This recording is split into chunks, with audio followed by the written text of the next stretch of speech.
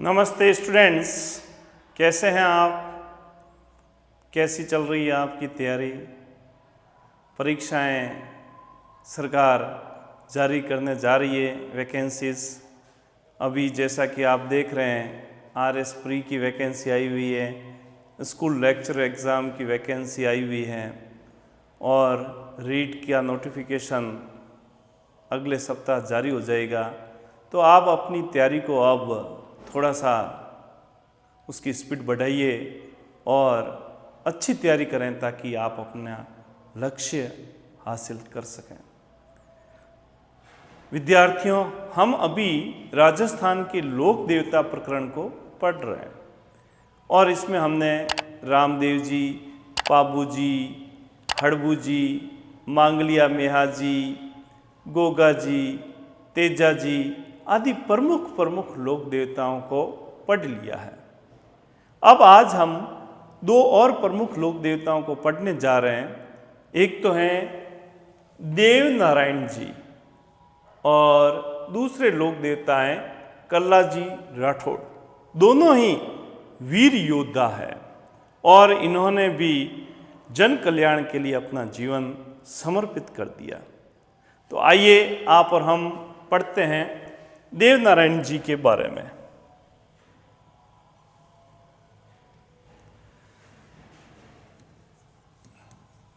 देव नारायण जी, आपको मालूम है कि देव नारायण जी के नाम पे सरकार ने देव नारायण जी छात्रवृत्ति योजना, स्कूटी योजना आदि चला रखी है।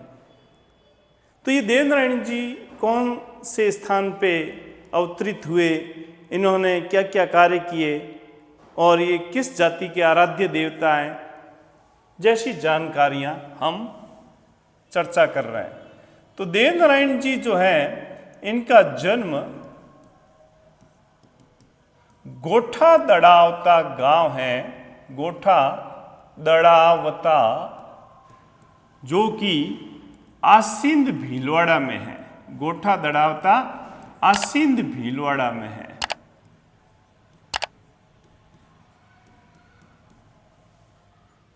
तो गोठा दड़ावता आसिंद भीलवाड़ा में है, वहां इनका जन्म हुआ था।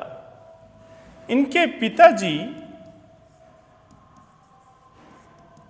भी नागवंशीय गुर्जर, कौन से गुर्जर थे? नागवंशीय गुर्जर सवाई भोज बगड़ावत थे।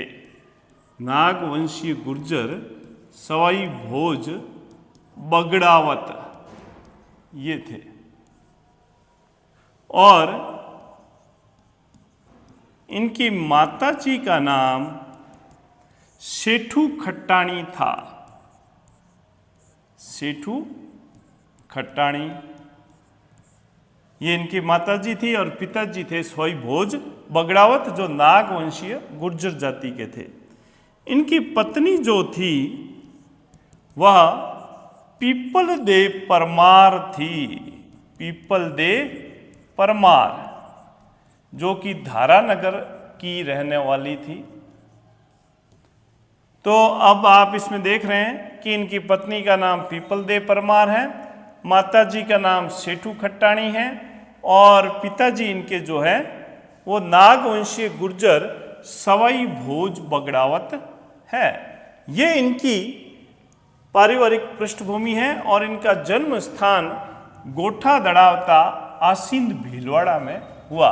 तो ये गुर्जर जाति के आराध्य देवता है और नागवंशीय गुर्जर जो सवाई भोज बगड़ावत इनके पिताजी थे, तो बगड़ावत जाति के जो गुर्जर हैं उनके ये देवता है। आप देख रहे हैं कि इनका जो उपनाम है वह उदल जी था। उदल जी इसलिए कहते हैं इनको क्योंकि इनके बचपन का नाम उदल जी था, इसीलिए उदल जी के नाम से भी जाने जाते हैं। और इनके जो भक्त हैं वह बगड़ावत जाति के गुर्जर है। बगड़ावत जाति के गुर्जर इनके भक्त हैं और ये बगड़ावत जाति के गुर्जर भक्त जंतर वाद्य यंत्र के साथ, कौन सा वाद्य यंत्र है? जंतर। जब हम वाद्य यंत्र पढ़ेंगे तो उसमें जंतर वाद्य यंत्र आएगा, जो कि एक तरह का तत्व वाद्य यंत्र है, अर्थात जिसमें तार को खींचने पर, तार को झंकृत करने पर ध्वनि उत्पन्न होती है, वे तत्व वाद्य यंत्र कहलाते हैं। और इनके भोपे जंतर वाद्य यंत्र के साथ देव नारायण जी की फड़ का वाचन करते हैं। देव नारायण जी की फड़।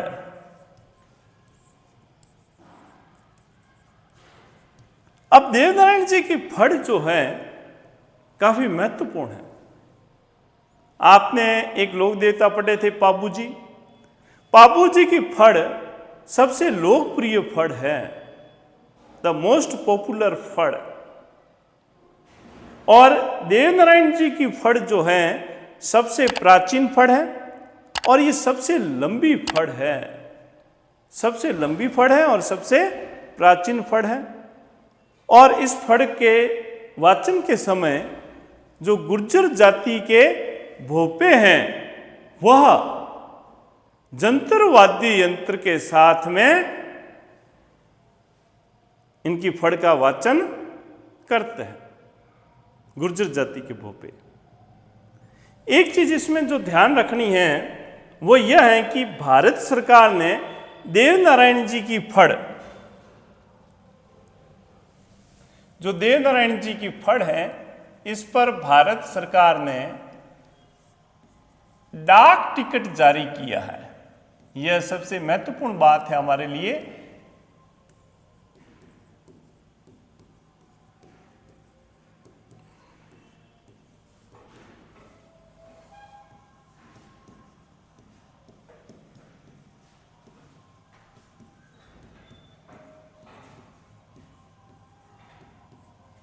और ये कब जारी किया है? 1992 में। तो देव नारायण जी की फड़ पर जो डाक टिकट जारी किया है भारत सरकार ने 1992 में किया है। और देव नारायण जी पर खुद पर डाक टिकट, देव नारायण जी पर डाक टिकट भारत सरकार ने 2011 में जारी किया है।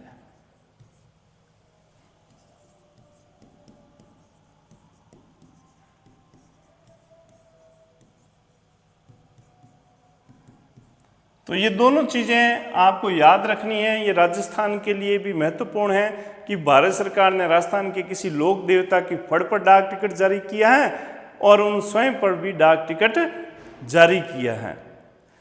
अब देव नारायण जी की फड़ आपने जैसा कि पढ़ा है कि ये सबसे प्राचीन फड़ है, सबसे लंबी फड़ है, जिसका वाचन गुर्जर जाति के भोपे जंतर वाद्य यंत्र के साथ करते हैं।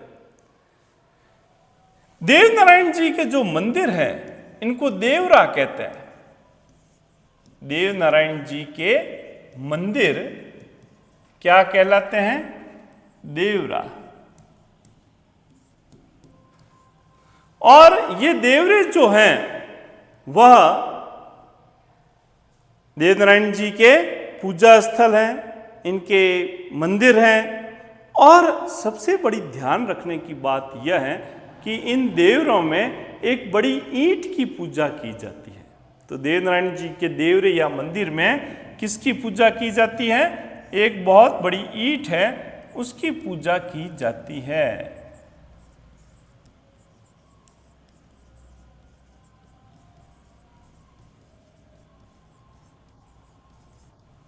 ये सारे तथ्य ध्यान में रखने हैं।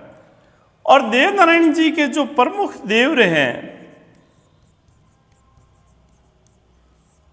ये 5 बताए गए हैं प्रमुख देवरे। इनकी संख्या 5 बताई गई है। एक तो इनके देवरे जो प्रमुख हैं उसमें गोठा, दड़ावता, आसीन, भीलवाड़ा, जो कि आसीन भीलवाड़ा में है।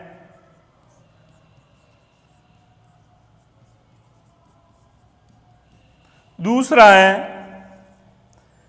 देवधाम जोधपुरिया, देवधाम जोधपुरिया, जो कि निवई टोंक में है, निवई टोंक में है। तीसरा इनका जो देवरा है वह देवमाली, जो कि मसूदा ब्यावर में है। अब यहां ध्यान देने लायक बात है कि जो देवमाली स्थान है मसूदा ब्यावर में, ये देव नारायण जी की समाधि भी है यहाँ। इसीलिए देवमाली मसूदा ब्यावर आप ध्यान रखें, क्योंकि देवमाली मसूदा में देव नारायण जी की समाधि है। देव नारायण जी की समाधि कहाँ है? देवमाली मसूदा ब्यावर।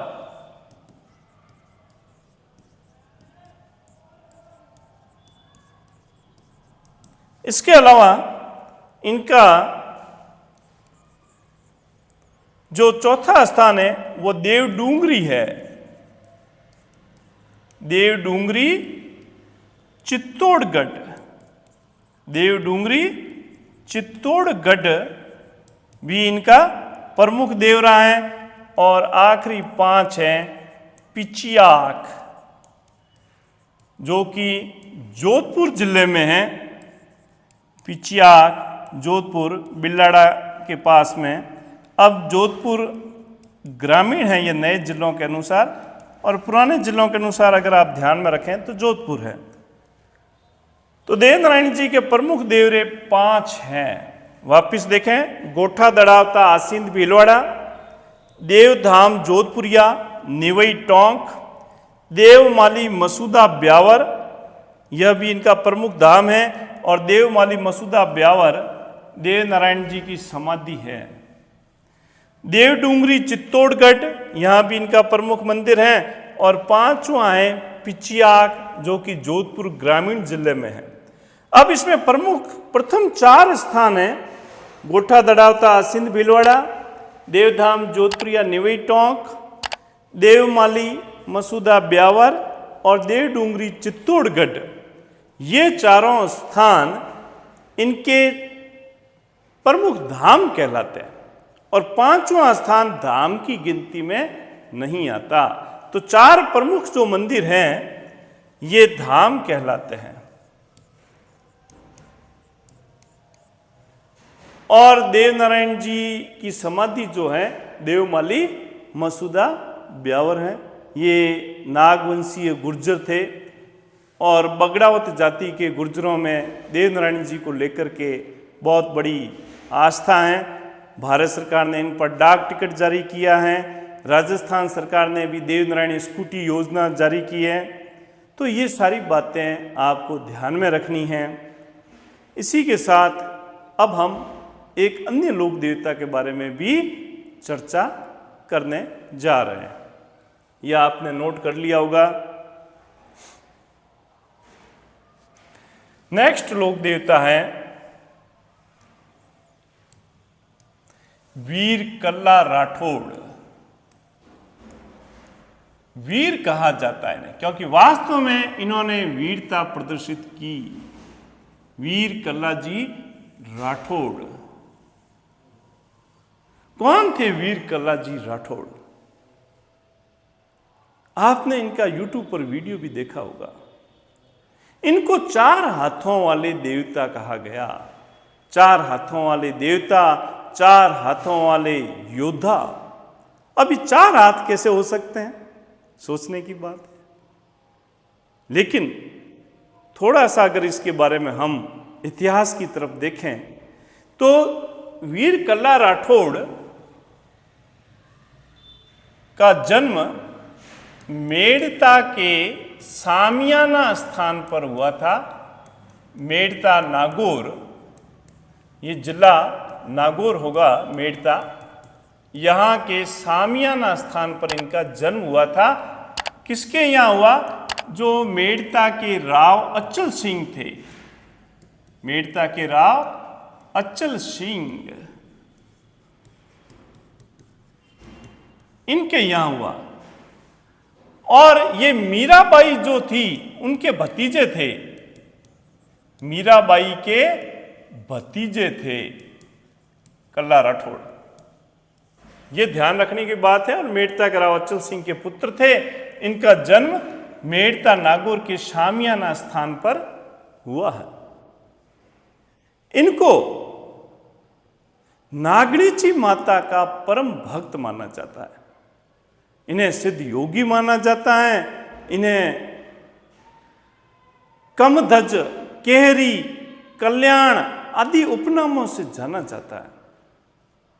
इनको केहरी भी कहते हैं, इनको कल्याण कहते हैं, इनको कमधज कहते हैं, इनको सिद्ध योगी कहते हैं, और 4 हाथों वाले योद्धा या 4 हाथों वाले देवता भी कहते हैं। तो ये सब इनके उपनाम हैं। इनको आप थोड़ा नोट कर लें, इनके उपनाम थोड़े महत्वपूर्ण हैं। नंबर 1, 4 हाथों वाले योद्धा।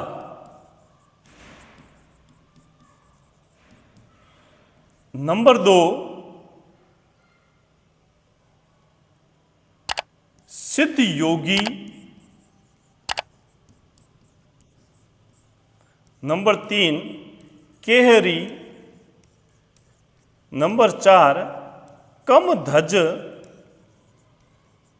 नंबर 5, कल्याण जी। ये सारे इनके उपनाम हैं। वापस देखें, नंबर 1, 4 हाथों वाले देवता या योद्धा। नंबर 2, सिद्ध योगी। नंबर 3, केहरी। नंबर 4, कमधज। और नंबर 5, कल्याण जी। ये सारे के सारे इनके उपनाम हैं। किनके? कल्ला जी राठौड़ के। अब आपके मन में अभी भी एक प्रश्न होगा कि 4 हाथों वाले देवता क्यों कहा गया? तो मेरे विद्यार्थियों, आपको यह जानना जरूरी है कि इनको 4 हाथों वाले देवता क्यों कहा गया।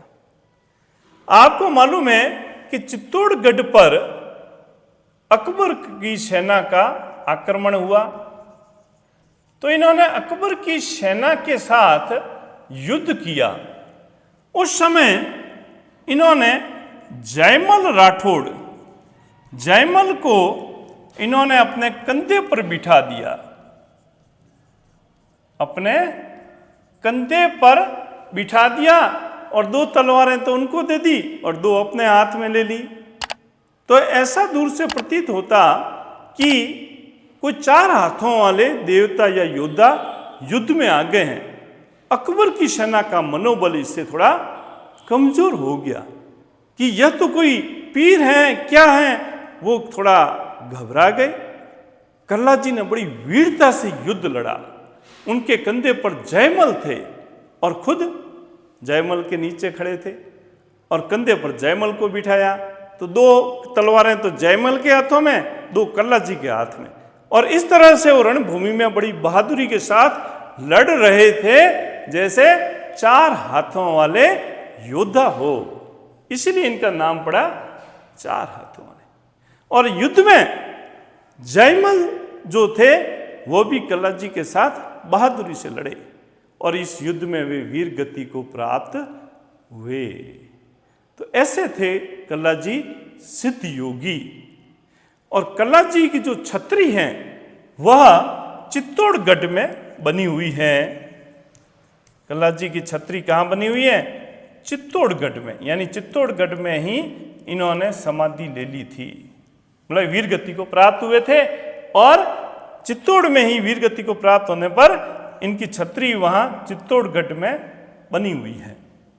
तो ऐसे थे वीर कल्ला जी राठौड़, जिनका जन्म मेड़ता नागौर के शामियाना में मेड़ता के राव अचल सिंह के घर हुआ, ये भक्तिमती मीराबाई के भतीजे थे। युद्ध में बड़ी बहादुरी के साथ लड़े। कल्ला जी की मान्यता डूंगरपुर में है, बांसवाड़ा में है और सलूम्बर में भी है। सलूम्बर में अभी उपचुनाव हुए हैं, राजस्थान में अभी सलूम्बर में उपचुनाव हुए हैं, इसलिए सलूम्बर को याद रखना आसान है ना, क्योंकि मनोविज्ञान का नियम है किसी चीज को याद रखने के लिए उससे जुड़ी हुई घटना को जानना आवश्यक है। इसलिए हम कोई भी चीज अच्छी तरह से याद रख सकते हैं कि सलूम्बर में अभी उपचुनाव हुए थे और सलूम्बर राजस्थान के नवीन जिलों में भी है और सलूम्बर कल्ला राठौड़ से जुड़ा हुआ एक स्थान है, क्योंकि यहाँ इनका मंदिर है। एक बांसवाड़ा में इनका मंदिर है, वागड़ डूंगरपुर में भी इनके मंदिर हैं। तो ऐसे महान योद्धा थे कल्ला जी राठौड़। इससे पहले हमने देवनारायण जी के बारे में पढ़ा। अच्छा, देवनारायण जी का जो वाहन था मैं आपको बताना भूल गया। देवनारायण जी का वाहन यही मैं बता देता हूं आपको, लीला घर था। देवनारायण जी का घोड़ा था ये, देवनारायण जी का घोड़ा लीला घर, लीला घर, ये भी आप नोट कर लें। तो विद्यार्थियों, आज आपने दो लोक देवताओं को पढ़ा है, कल्ला जी राठौड़ और देवनारायण जी, जो कि बगड़ावत जाति के गुर्जर थे। आपको ये सारी बातें ध्यान में रखनी है और सबसे बड़ा ध्यान में क्या रखना है, वीडियो को लाइक, शेयर और सब्सक्राइब करना नहीं भूलें, क्योंकि आगे और वीडियो आपको मिलने वाले हैं। आप लगातार वीडियो देख देख करके अपनी पढ़ाई जारी रखें और जब ये प्रकरण पूरा समाप्त होगा तब आपको प्रश्न पत्र दिया जाएगा। आप उस प्रश्न पत्र के अनुसार अपने ज्ञान को परखें। धन्यवाद।